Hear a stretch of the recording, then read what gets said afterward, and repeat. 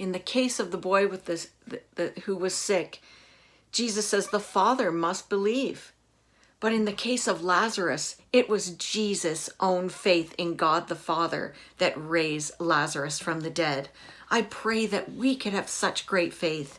If we had that faith, we could move mountains, as Jesus said. Now, verse 44 of John 11. Verse 45.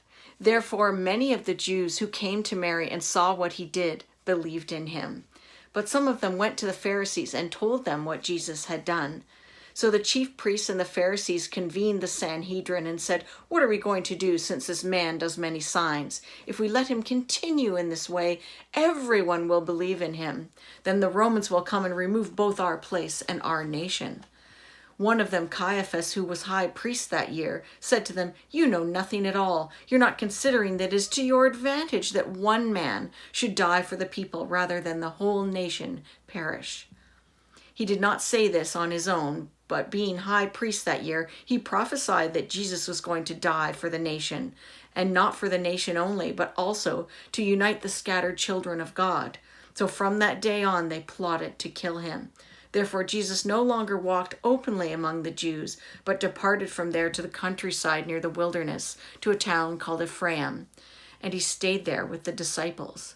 And I just want to note that even though Caiaphas was doing an evil thing, wanting to kill Jesus, who was the Messiah, yet he prophesied the truth that Jesus did come to die for our sins. He did come actually to die for the whole world and not just for the Jews. And that's what's so wonderful, that he did come to free us from our sins.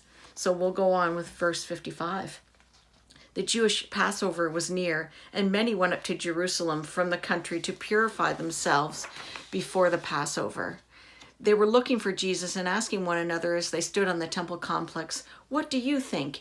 He won't come to the festival, will he?" The chief priests and the Pharisees had given orders that if anyone knew where he was, they should report it so they could arrest him. They're trying to kill Jesus again. Here he raises someone from the dead, and yet some people are more against Jesus than ever. If someone can do greater things than we can, are we jealous? Do we wish they would go away so we can look better? Being a Christian is not a popularity contest. Everything we do should be out of pure motives, not for selfish gain. Jesus came to show us who the Father is. The caring, compassion, hope, and healing he gave people should have shown what he really came to do, and that was to show the love of God the Father, as he said many times. And yet the Pharisees are trying to get rid of Jesus still. So in chapter 12, we see more about Jesus' purpose.